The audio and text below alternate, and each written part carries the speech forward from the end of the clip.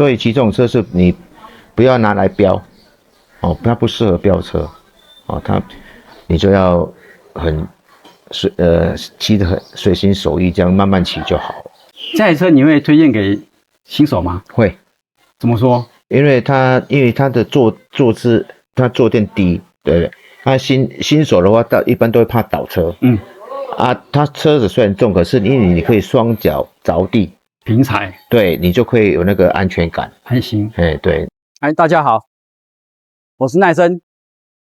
我们现在看这台是 Raybo 1100 24年版本的 Raybo 1100。Raybo 1100标准版是从2021年开始引进的，当时引进是 DCT 单一车款，那现在则是加入了 MT 打档版，可以另外选配小灯罩或是风镜灯罩。2023年开始新增鲨鱼头罩配双箱的版本，也就是 T 版，同时引进 DCT 自排和 NT 打档版2个版本。那这款的风镜和标准版的那个选配头罩风镜不一样，镜片长度比较短一点，可是两侧覆盖范围较宽，把两侧把手都覆盖进去了。另外后面双箱可以增加35公升的装载空间，那整体宽度也没有超过龙头把手的宽度。那在车身尺码方面NT 打档版的把手左把手多了离合器拉杆，所以宽度会增加 1.9 公分。车重部分则是标准打档版是223公斤，那 T 版有鲨鱼头加双箱的话，则多上15公斤，有 DCT 版本会再增加10公斤。那坐高只有70公分，几乎大部分成年人的身材都可以双脚平踩。你就算目前对这台车没有兴趣，你去它展间一定要去试一试70公分坐高的体验。轴距1520看起来很长，但实际比 NT 1100的轴距还要短，难怪它过弯转向灵活度比想象中还要好。引擎方面和 NT 1100以及飞罗双的 Africana Twin 用的是同一颗引擎，但是最大马力有调降，让扭力曲线可以更早出来，从原本的接近100匹马力降到79匹马力，最大扭力幅度降了1500转，在4750转就可以爆发 9.6公斤米的扭力。那也有一个好处它热力不会那么大，不像 NT 跟那个飞罗双它是比较热一点。前叉和 NT 1100和飞罗双 Africana Twin 一样用的是43 mm 的，只是 Raybo 1100采用是正立式前叉，附有预载可调版本。后轮用的是秀瓦副挂屏的双腔预载可调避震器。那前轮尺寸是130，后轮是180。我们看一下它这个坐高双脚平踩没有问题，甚至可以伸出去很多。然后膝盖微弯，我们换到侧面来，膝盖微弯双脚平踩地面。第一次我们这种腿短的可都是这种笑容，很开心。好，那既然已经谈到坐高我们顺便谈一下骑姿骑姿。它的骑姿是这样子你会这个一般在骑的时候，其实你腿不会夹油箱，你是开的在骑你开在骑，除非你转弯转弯你可能会这样移过来移过去有可能这样，不然大部分是脚开在骑。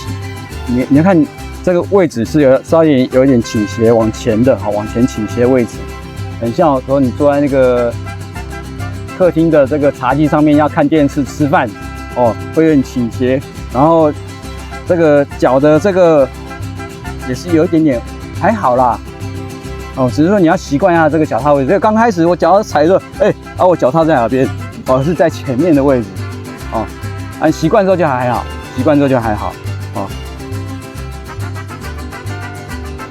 那转弯的时候它比较特别，是你转弯的时候是要这个把手要往下压，你往这边转的时候往这边压，往右边转的时候往这边压。所以你在右转的时候是右手是打直的，你要往下压，所以你打直的，然后左手是弯弯的，然后这样骑车然后这个你要左转的时候也是一样，变这一手几乎快打直，然后这个弯弯的这样子往下压再骑车。所以你转弯你不会觉得不好转你会的话，其实它的倾角其实没有想象中那么差呢它的倾角还算不错呢。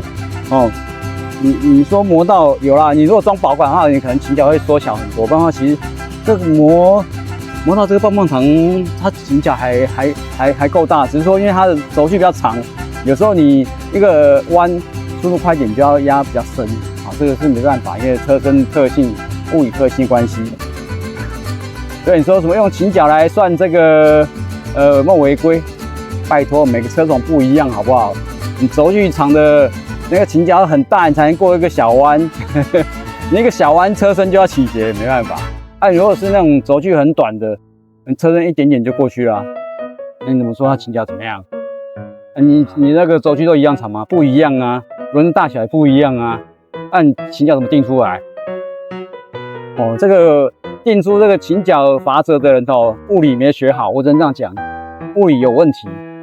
哦，你的这个轴距越长的，你过一样弯一样速度的时候，你的倾角要下越大才能过去，懂吗？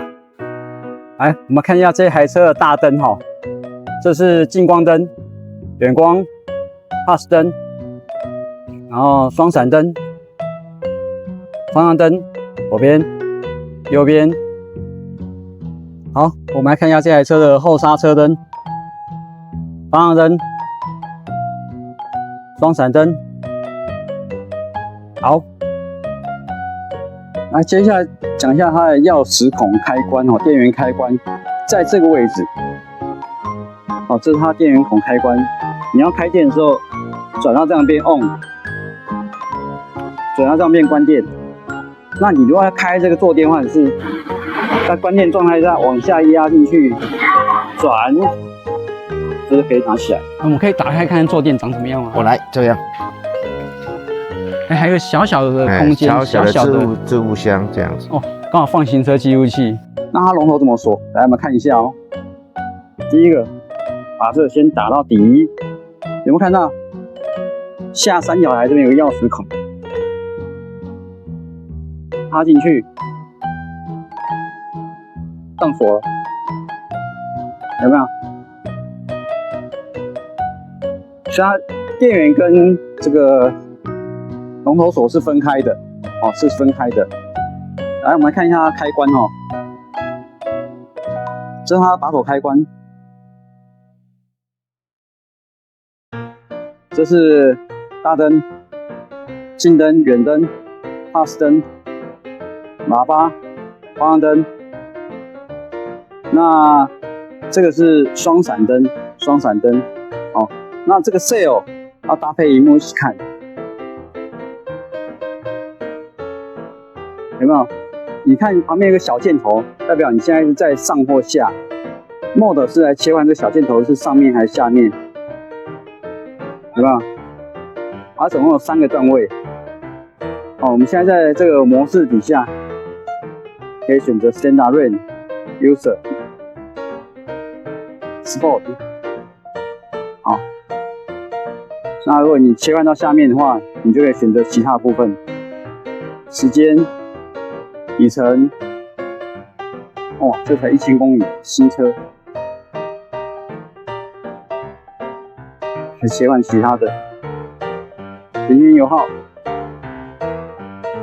平均速度啊 ，Trip A、Trip B 在这个地方。然后我们来看右边，这是现在 Honda 常用的这种启动开关，现在是待机状态下，你按下去都可以启动。这是熄火，然后这个底下是定速开关。我们有时速超过40之后，先按一下，它出现这个定速的一个符号出来在仪表上面。哦，这边就亮起来了嘛。所以说你按下就 set 这个当时的速度，设定速度之后，你再加减速度，然后你要取消的时候再按一下取消。所以你要取消这个定速，你按一下就可以取消，或者是你拉刹车，哦，它可以取消定速。我们看一下它的拉杆是这种拉杆的，哦，那左边的离合器拉杆是透过这个钢索调整，哦，这2颗去调整它的这个松紧度。那右边的刹车拉杆，哈，有点挡住，哈，我们看一下，这边是右边是刹车拉杆，哦，总共有6段可调，好，刚刚是调在4的位置。那前避震器是43 mini 的正立式前插。那它这个内管还特别是去镀膜哦，一种黑色镀膜。那另外就是它这个T 版的哈，这个是上面这个牛头罩跟这个车身原色是统一，全车同色哦，跟之前的这个选配风镜不太一样。选配风镜颜色跟车身颜色有一点不太一样，有点小差异。那之前选配风镜是长风镜，那这个是短风镜，各有优缺点。可是你胸口基本上都不会中风，它这个至少可以到你的大概刚刚比那个位置，大概到你的下巴再高一点啊，鼻子的位置都不会中风。那对，特别在夏天的时候是比较凉快一点。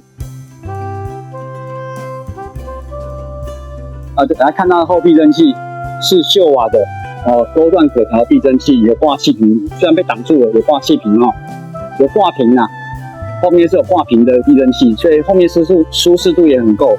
然后加上这个超柔软这个椅垫，它这个帮你吸震，又厚又软，帮你吸震。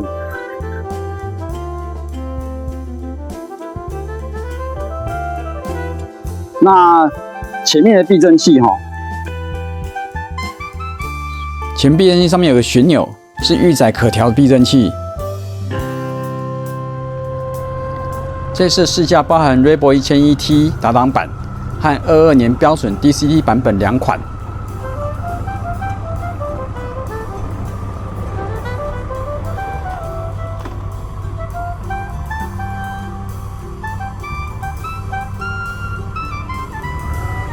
这款车主要是骑美式机车那种味道。马力多大不是重点，操控犀利也不是重点，而是一种独特的这种味道，那种豪迈不羁，那种一路向前、无所畏惧的精神。也因为是如此也有不少人坚持就喜欢打档版。那 Honda 也顺势推出 NT 打档版，一方面省3万，二方面重量还可以减轻10公斤。它这个骑姿还是要习惯一下。今天骑的这台是原厂未改的这个 Raybo 1001打档版。那必须讲说它的骑姿会比较前倾一些，已经上半身已经不是直立了是有点前倾，没有到前倾很多啊，前倾一些这样子。那好处是这样子的操控来说，你会比较方便你的重心比较接近龙头你在操控上面会比较 OK 一点。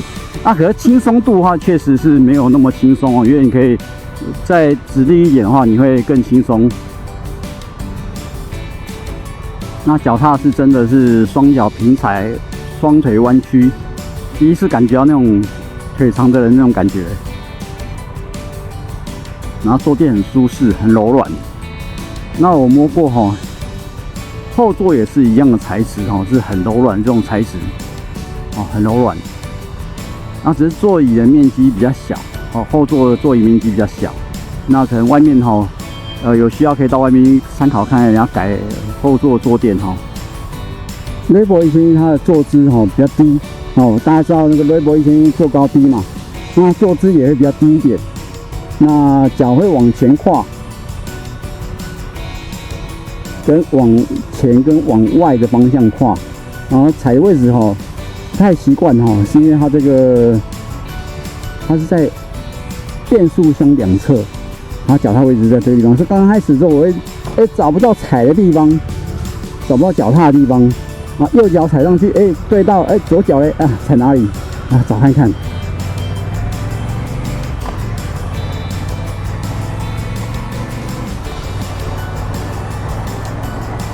照后镜蛮小的它那个可以看到范围不大，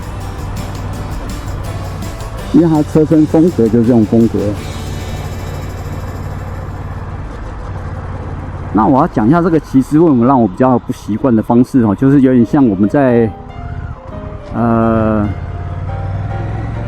看电视坐在茶几前面吃饭的那种感觉我们就需要稍微弯腰前倾，然后那个坐比较低的这种感觉哦，因为腿是弯起来哦啊，腰也是弯着吃这样子啊，这个感觉有这种感觉，啊是看你习不习惯呐，没有说好或不好哦。我又开始那个双腿夹紧的那种感觉，哈哈哈哈，这种车骑起来是要双腿开的骑哦。这个有人跟我讲，你的标准其实不是要夹那个油箱，不是，这种车没有在夹油箱的，转弯跟你有没有夹油箱没关系。那它离合器还好啦，不算重，而也没有到像 CB1000R 那么轻。大概你跟一般的那种250左右这种等级的那个离合器差不多的，算是很轻松啦。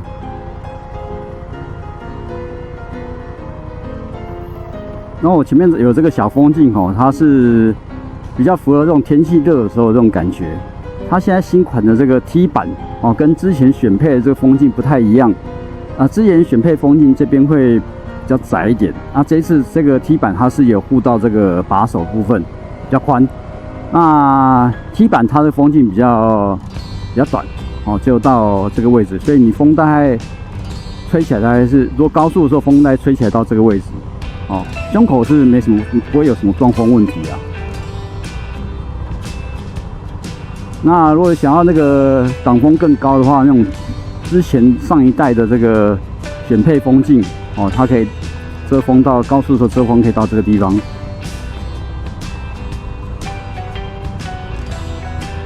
啊，可是上一版的选配风镜哦，它的这个把手就挡风就到这边而已，就没有那么的宽，各有优缺点啊。那你骑在路上哦，你感觉不太到那个热风的感觉，你几乎没什么感觉。今天天气大概25、28度吧，我不晓得，算是25度左右吧。可是不会感觉到热，但如果刚好风吹到这个小腿的部分，哦，你还是会感觉到有点热风，因为毕竟公升级的本来就比较热。那它散热已经算是相对的比较好的，哦，温度比较低。哦，公升级哦，打挡板的那种叫什么拉扯感哦，会很明显。公升级的这个拉扯感会比较明显一点。那这种短风镜其实是比较这个，我们台湾大部分的天气都是比较偏热，然后公升级嘛。本身也比较热，那看个人呢、他们既然选短风镜，应该是市场调查，短风镜需求的人比较多。他如果觉得有需要的长风镜的人哦，可能就另外再多准备一个那个长风镜。哦，小腿热风有感觉。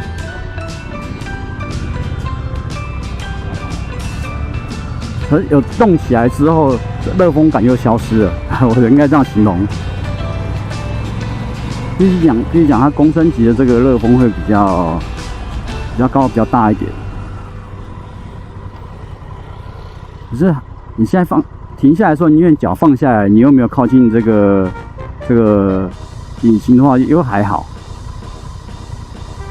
所以公升级虽然说会比较热一些，可是在这台车上我们感觉不太到。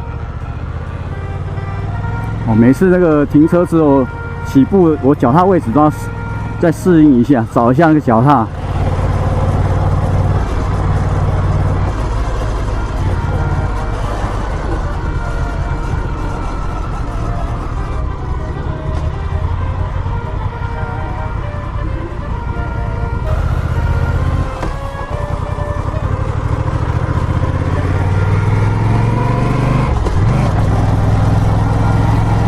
它操控上真的会比那个把手加高后移来的还要再优一点点，因为你重心比较往前之后，你会比较操控更容易一些。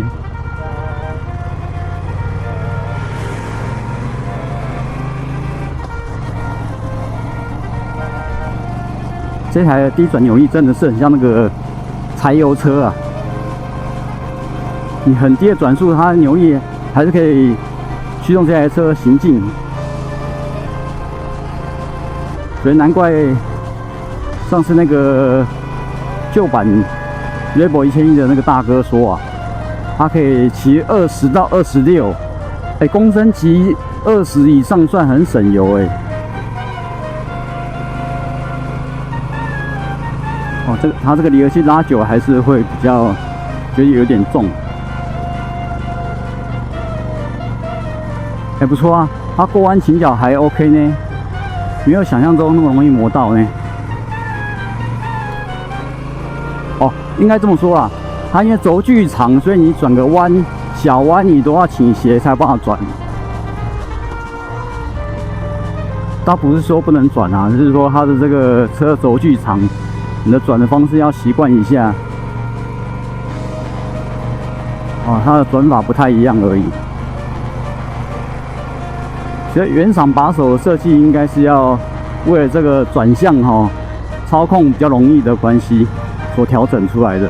但你要纯美式的话，又要高啊，又要很后面啊，这个操控就比较适合直路。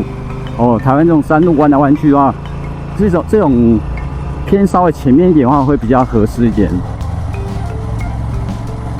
哦，就是要习惯一下它轴距长，过弯是没什么问题哈。它只是它轴距你要用轴距比较长的这个考量来操作。所以这种车如果你骑习惯它的话，其实弯道你不会说落下太多啊。高速过弯可能没办法啦，可是它因为轴距比较长嘛，车比较重，而一般过弯 OK 啊。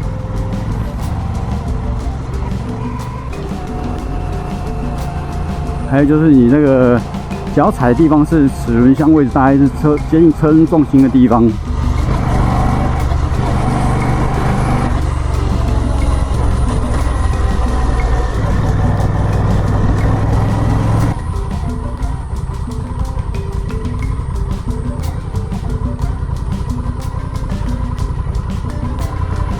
轴距长，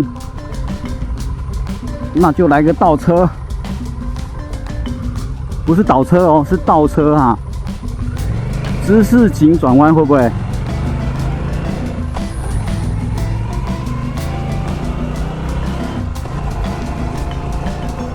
所以转弯半径长这个部分真的是要去适应一下。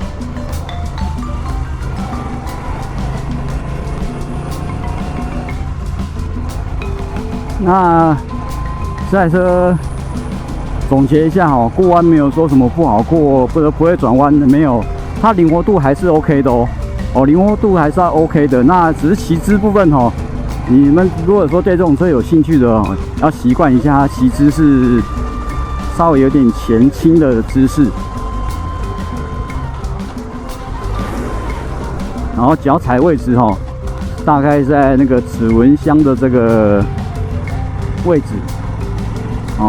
齿轮箱偏前的位置，又还没到最前面，然后把手位置是偏前。那当然有人改把手啦，改把手，它整只那个把手龙头整个换掉。那原厂没有这个服务原厂没有这个服务。那如果今天是打档感觉的话，我会比较推荐这个它 DCT， 你操控起来会更轻松啊。那打档版的话，是你如果走这个直线的话，没有常常走市区的话，你会觉得打档版其实就 OK 了，很好用。那因为我们今天会先经过市区，再来这个跑山路试一下所以这个市区部分离合器拉的手有点酸，我已经很久没有这种离合器拉手酸的感觉了。不过即使这样子它还是有这个叫做滑动式离合器在里面已经帮我们减轻掉很多重量。本来公升级的这个离合器就很重，这个已经算是在公升级里面算轻的。只是说相对起来平常没有常在拉这么重的离合器你就会有感觉。啊，其实也还好，你骑久就习惯了啦。常有在骑的人哦，你骑久之后这个就习惯了。它这个转换灵活性已经有点不太像美式机车了，应该算上面日式巡航车吧，我感觉应该这样讲，因为美式巡航车它的轴距长归长哦，可是没有这么好转。那这个日式巡航车，它为了降低坐高哦，让那个大家坐起来更轻松哦，脚踏更轻松哦，所以它把前后轴距拉开一点，然后让座可以下沉。那其他部分它还是尽量哦，让你那个内缩一点哦，让你这个倾角还是有。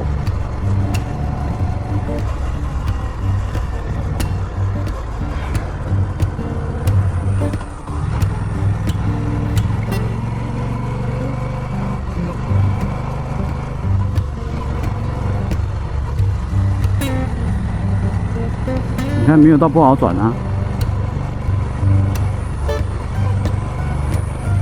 只是它转弯方式要去适应熟悉一下而已啊。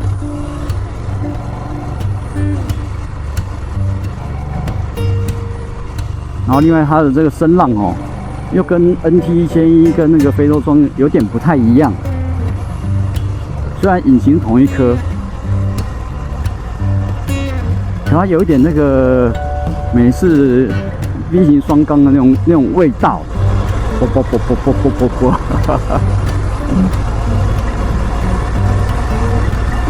哦，啵啵啵啵啵啵啵啵。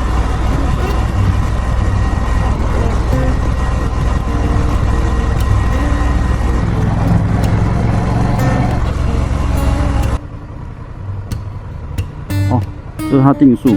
哦，时速40以上哦，它就可以选择定速。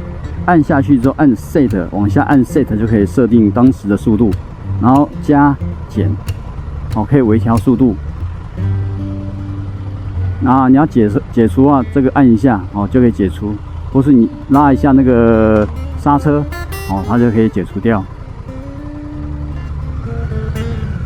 哦，今天温度到34度，难怪有点热，所以。这个热不光是这个车子本身的热气哦，外面天气也比较偏热一点，34度。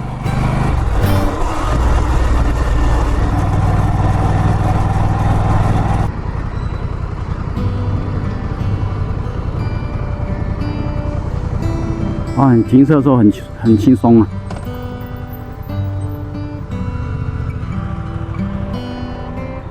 之前就很羡慕这种腿长的人哦，停车之后双脚平踩，然后又弯弯的，啊，现在我也可以啊，现在坐高这么低哦，我也可以双脚平踩之后，膝盖微弯，哇，就是这种感觉，可以意会不可言传。那这台车 Revo 500的改装品很多，那 Revo 1100才出来几年哦，可能改装品也开始陆陆续续有了哦，像这个有人脚踏前移哦，目前这个 Revo 1100的可能还没看到啊，500的已经有了哈，可是我觉得1100应该也会持续会有。这 Honda 的车子大部分声浪都偏安静，那 Revo 系列应该是比较独特一点，它的声浪会比较明显一点。可是跟美式比起来，它还是算安静啦，哦，偏安静。那只是说跟这个 NT1100啊，跟非洲双比起来，它就这个声浪就比较明显一点。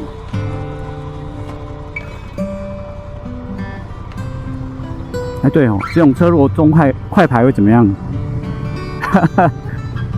之前用快排哦，用的实在是觉得不错啊。那它动力那么大，我不知道可不可以装快排，应该会可以减轻左手拉离合器的这个负担。所以建议哦，这个可以先骑一段，如果你买这台车的话，你可以先骑一段时间适应一下它的骑姿，你再决定有没有需要那个把手加高后移。或是有没有那种把手直接后移就好，不要加高，哦，这也 OK。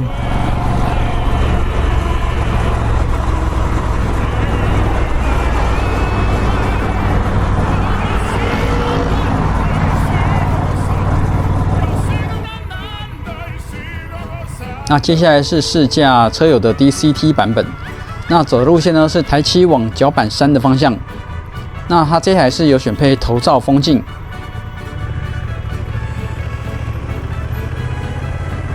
哇，这个骑姿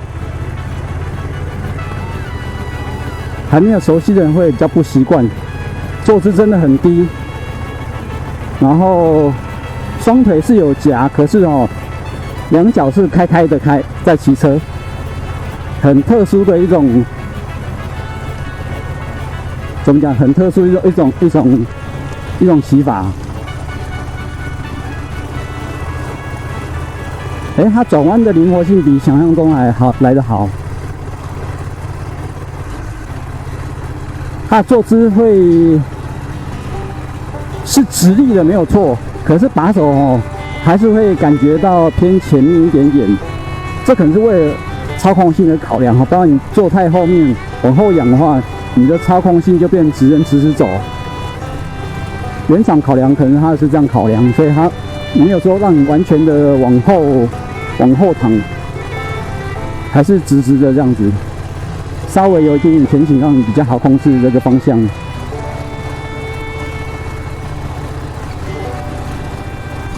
转弯没有想象中那么差呢。现在是比较有点转弯的，会不会磨到？没有磨到。今天试驾这台是那个车友的车，2021年版本的 Rebel 1100 DCT 版本。那它因为装了大保杆，所以比这个正常的要稍微低一点点。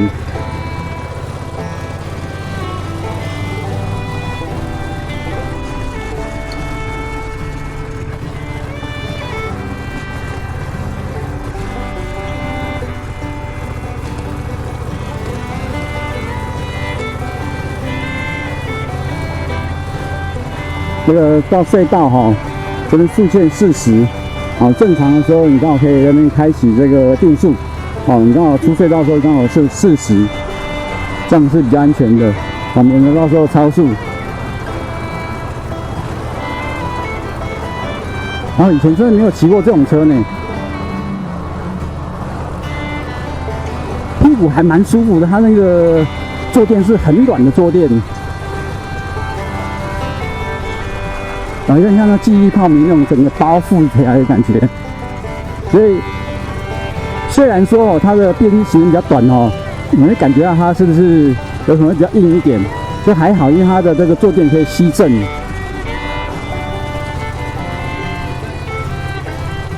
所以我实在对美式机车还没骑之前，对这个 Rebel 这种车是有很大的成见。因为讲实在话的，我一直以为它不会转弯呐。我一直以为它不会转弯，然后避震器也行程那么短，然后那个硬要死，就不会。它的避震行程还是蛮舒服的，然后后面的避震器你感觉不到那个，感觉不太到路面一些震动，应该是它坐垫吸收掉很多。那我们这种车转弯的时候，你要稍微习惯一下，它转弯的时候。你右转的时候，你要右手打直；左转的时候，左手打直，然后另外一手弯，然后把它压下去，然后车才会转。不是说不能转的，那转弯方式跟一般车转弯方式不太一样。那轴距比较长啊。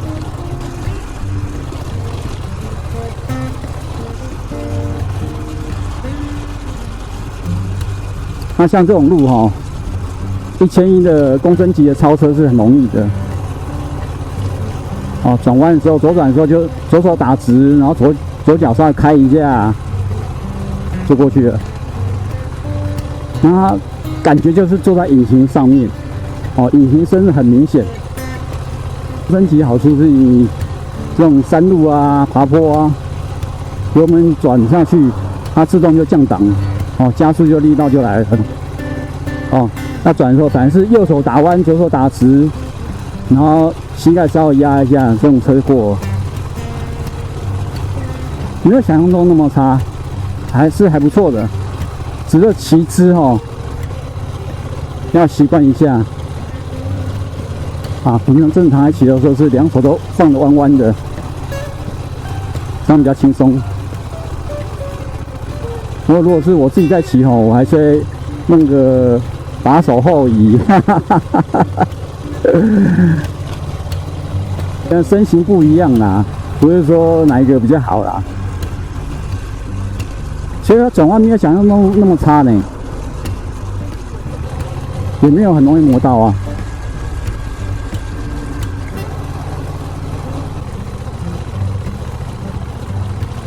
至于说车身热气，目前车子是有在动，所以感觉不太到这个车身热气的问题。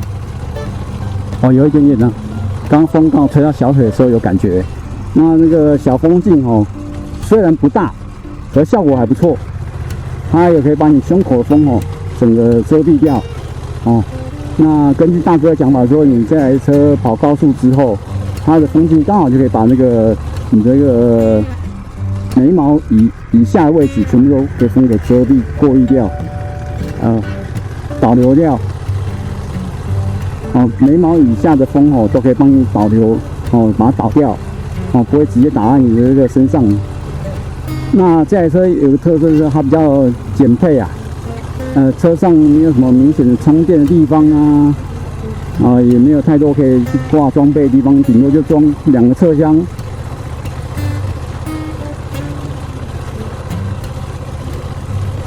这种爬坡的时候，有时候会觉得它的转速不太够，扭力输出不太够的时候，你就可以降个档，左边这降档，直接走。你说要换 Sport 可不可以？可以啊，可是你换 Sport 之后，它会有1秒的延迟啊，那太慢了，你就直接降档比较快啊。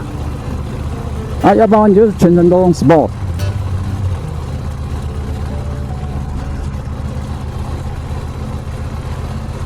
这边是台七右边这边就很多山产，吃的喝的，这边很多水果、青菜。那大哥这台车它的那个有装保杆，所以它底盘更低一些，比原本的这个 Revo 1100的底盘更低。那即使这样，我今天走这个台七这样过来到复兴的这一段也是没有磨到，速度也不是说很快啊，所以你不会觉得有磨到。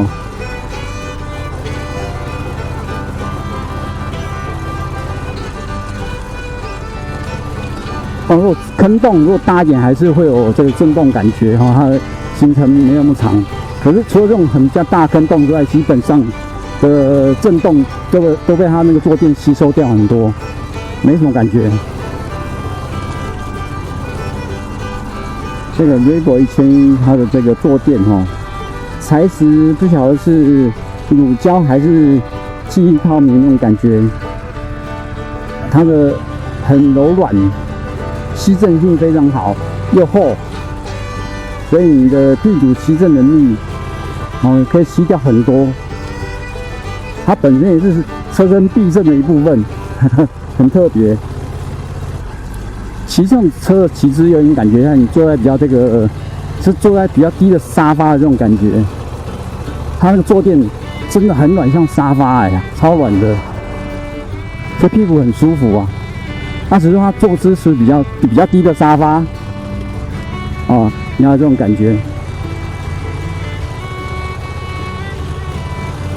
它跨坐在上面的感觉你不自觉的双脚就会张开的，这是它的自然的一个骑姿状态，就是双脚开的骑车，不要觉得奇怪，就是这样开的骑车。那它的这个坐垫非常的软，非常的舒服。遇到窟窿你除了避震器之外，它的这个坐垫帮你把它那个震动吸掉很多，所以你坐在上面，除非你是大一点的窟窿，不然的话你没什么感觉，你感觉是完全好像很平稳一样。那前面的避震器它也是比较行程算是蛮长的，所以它的前面也可以吸收到很多的那个震动，前面也可以吸震能力很不错。那后面的话，我原本以为行人比较短，会比较硬，就还好。它的有那气瓶关系，它的小碎震它已经吸收到蛮多的。那大碎震的话，大窟窿的话，它可能就没办法吸收到这么多。可是它的坐垫可以帮你吸震，那坐垫超舒服的。那它的转弯的方式这个跟我想象不太一样。我原本以为它不太会转弯，结果没有，它转弯也算是怎么讲不太一样，可是一样还算灵活。怎么讲呢？我这边的灵活是说跟其他的美式机车来比它算是蛮灵活的可是它毕竟车重有到240几公斤，240几公斤。那你在转弯转起来的时候，你还是感觉它的这个度位你要先把车身先做个倾斜之后，你再转台才能够顺着你那个道路一起转，会比较顺。它的这种变速系统真的是反应很快，你如果减速减多一点，它直接给你降2档也是会有这种状况，减速减多一点直接降2档速度慢下来之后，你就会感到那个引擎的热气。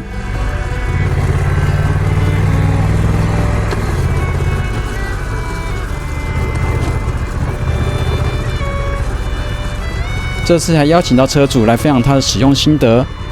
接下来是我们访问的画面。嗨，大家好，我是奈森。我们今天要看的这台车是 Raybo 1100，来，这是我们车主。大家好。噔噔噔，就是今天的 Raybo 1100。大哥，请问一下，这个 Raybo 1100你买多久啦？我买2年左右。那大概跑几公里？目前是22000左右。那很有在跑呢。真的在跑，是真的有在跑。对。那你最远的一趟是跑去多远？最远的是跑到单趟，是不是？应该这么说就是你屁股坐在上面到下来一趟。最远的话，如果跑6是最远到那个57台中。台中。那等于也有200，快接近200多。100公里。那这样待多久时间？要2个多小时，2个小时半左右。那你这样2个多小时，你坐下来屁股会不会不舒服？不会吗？它的坐垫真的是坐得很舒服，很软，对不对？对，我最长的时间跑山路的话，跑北宜的话是3个多小时，所以比刚刚更久呢。更久，我从宜兰回到家3个多小时都没有休息。你走那个北横北宜因为要绕过去再搞，对3个小时，3个多小时。对。哇，那请问你这个车平均油耗大概怎么样？我如果以快速道路的话是差不多25左右。不错，算漂亮。如果市区的话，这个22左右。那公分级这样算很漂亮，对，算漂亮。但可能是你不能看它的那个电子仪表上面的那个油耗你要用自己的方法去那个做那个计算。那这样一桶油大概可以跑几公里？要加油？一般原则上我都跑的，比如到台中就加油了，200多，你不可能跑到见底啊，所以你可能剩下1-2个就要加油这样。所以大哥算比较保守一点的方式的那请问一下因为我们今天试车是那个山路啦速度不快，然后弯来弯去。那请问快速道路这台车你骑的感觉是怎么样？就很稳啊，真的很稳。速度很快的时候，快的是一样都是很稳，因为它重心比较低啊。对，它重心低，所以你就会骑的就不会晃来晃去，不会晃。对，那因为你这台车跟那个 T 版的有点类似，有个小风镜。对。所以速度很快的时候，你会不会让你那个风压撞风感觉？如果它风从那个挡风镜上来的话，刚好到你的安全帽到你的头上，所以胸口部分跟不会，点嘴巴部分是没有什么撞风感觉。对。那舒适感就差很多，差很多。高速的时候舒适人就有差了。那你觉得这台车让你最满意的地方是什么地方？就是它是一个手自排的啦，啊，它手自排的啊，你在市区啊，或在市区你就非常很狭义的骑，都不用忙着换挡、退档、进档，像自排车一样，像自排车一样，像速克达一样。对。啊，你跑山路的时候，你就给它切到手排，啊，一样有那个换挡的感觉。对，挡车的那个乐趣。对，那再来就是它的造型、外形，哦，就是一般以我的感觉，如果路人看到它，都会回头再看一眼。对，刚刚就很多人来看这台车。哦，刚刚你车停下就说，这台车多少钱啊？在问的哈。对，那你觉得这台车的最大优势是什么呢？最大优势应该算，我想还是它的外观。对，帅。对，真的是帅。所以骑这种车是你不要拿来飙，哦，它不适合飙车，哦，你就要骑得很随心所欲，这样慢慢骑就好了。我觉得还有一个优势哈，我刚的试骑的感觉是，你一般哈雷车其实真的不太会转弯，这台车其实转弯性能还算是相对来说算灵活的。对。第一个车重人家300-400公斤，你这台车就250不到，240几公斤，269。269，为什么？车重它上面就写269。哦。你记错了，还是249？对，我记得是240几这样子。OK， 好，那车重相对来说跟他们算低很多。再来说，它的转弯的倾角不用那么大，它就已经可以转过去了，就不像他们要到很多，就感觉比较容易转。哦，那车重部分是没办法，因为车重就在那个地方。对啊。那你相对来说还是比较好转很多。对，还是可以转，灵活了，相对灵活很多。没有想象中那么难，那么美式那么难骑，没有，它这台车在美式里面算是蛮灵活的。那你在那个过弯的时候，你还是要按刚刚讲的那个方式，哦，手要转那个方向，手打直，然后车身就开始倾斜，对，就开始倾斜，就开始转，对，只是说车重关系，我们要提前半秒钟先动作，不能刚刚好，那这种做它你会觉得比较慢。这台车你会推荐给新手吗？会。怎么说？因为它的坐姿，它坐垫低，对不对？那新手的话，一般都会怕倒车。它车子虽然重，可是因为你可以双脚着地平踩，对你就可以有那个安全感。还行。对，你就不会担心说，哇，我车子停红灯的时候，脚要垫脚尖，哦，就会不稳这样。如果以新手来讲的话，是蛮推荐的。对，也不一定要到500，对不对？对，预算够就直接。对，而且它是因为跟500的差的换挡，它是手自排跟纯手排的换挡车嘛，都不一样，骑起来那个感觉就不一样。那个是不用打档，对，马力大一点。对，这个地方。我们今天非常谢谢大哥的这台车帮我们介绍，还给我骑看这台车，谢谢。欢迎重机车友提供车辆试驾，或是一起来分享你的车主心得，这是我的 email。感谢各位的观看，今天的影片就到这边了。有任何的问题都可以在影片下面留言，每一个留言我都会看。喜欢今天这个影片的请记得按赞、订阅和分享。我们下一次见了，拜拜。